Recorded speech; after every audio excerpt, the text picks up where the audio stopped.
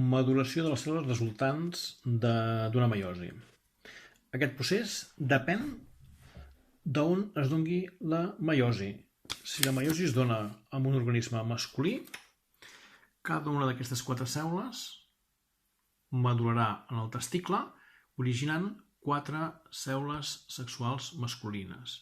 Aquesta cèl·lula d'aquí madurarà i formarà un espermatozoide, aquesta d'aquí igual, aquesta d'aquí igual i aquesta d'aquí igual. Per tant, el resultat de la meiosi són 4 cèl·lules haploides i en cas que això es produeixi en el testicle, la cèl·lula mare ha originat 4 espermatozoides, tots amb la meitat de cromosomes. Com que al principi en teníem 6, ara cada cromosoma tindrà 3 cromosomes, justament la meitat. És a dir, cada espermatozoide és haploide i es representa com a N igual a 3. D'acord? Què passa si és una noia? Doncs si és una noia, aquest procés de meiosi té lloc en els ovaris i a partir de la cèl·lula mare, d'una cèl·lula mare dels ovaris, es produeixen també el mateix procés, 4 cèl·lules haploides, 1, 2, 3, 4, que teòricament haurien de donar 4 òvuls, però no és el cas. En els ovaris el que passa és que d'aquestes 4 cèl·lules haploides que es formen, 3 desapareixen i en queda només una, que és l'òvul.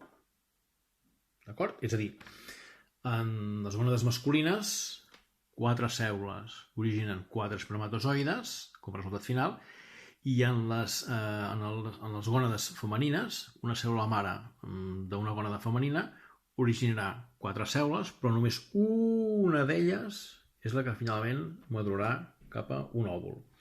Per això les noies, els organismes amb reproducció sexual de sexe femení, produeixen només una cèl·lula cada més o menys 28 dies en els humans. En els ovaris té lloc la meiosi tal com l'hem explicat, s'originen 4 cèl·lules, 4 degeneren, desapareixen, i només se'n salva una, i aquest és l'òvul final.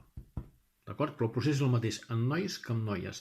El que diferencia una cosa de l'altra només és la maduració final. D'acord? O va cap a 4 espermatozoides o va cap a un sol òvul. I aquí s'acaba el procés de la meiosi. Només cal explicar un momentet quin és el sentit de la meiosi. Doncs bé, el sentit de la meiosi en els organismes femenins és formar un òvul amb N cromosomes i el sentit de la meiosi en un organisme masculí és formar un espermatozoide amb N cromosomes. Aquest en tindrà 3 i aquest en tindrà 3. De manera que quan es produeixi la reproducció sexual, s'ajunten aquestes dues cèl·lules i si tenim 3 cromosomes per aquí, 3 cromosomes per aquí, això forma una cèl·lula resultant, que és el zigot, que tindrà 3 més 3, 6 cromosomes, igual que la cèl·lula mare, que recordeu que en tenia 6. Aquestes en tenen 3, 3, aquesta en té 3, aquesta en té 3, i el zigot resultant, que és la cèl·lula que originarà el nou organisme, doncs tindrà la suma d'aquests dos paquets de cromosomes. 3 i 3, 6, i tornarem a tenir 6 cromosomes. I per tant el zigot resultant de la fecundació entre un òvul i un espermatozoide forma una altra cèl·lula, ja hem dit abans que es diu zigot, i aquest zigot tindrà els 6 cromosomes, en aquest cas, corresponents a aquesta espècie. És a dir, serà una cèl·lula diploide. Això per separat són cèl·lules haploides, 3 per aquí i 3 per aquí de cromosomes, i quan s'ajunten, 6 cromosomes. Cèl·lula diploide. I fins aquí la meiosi.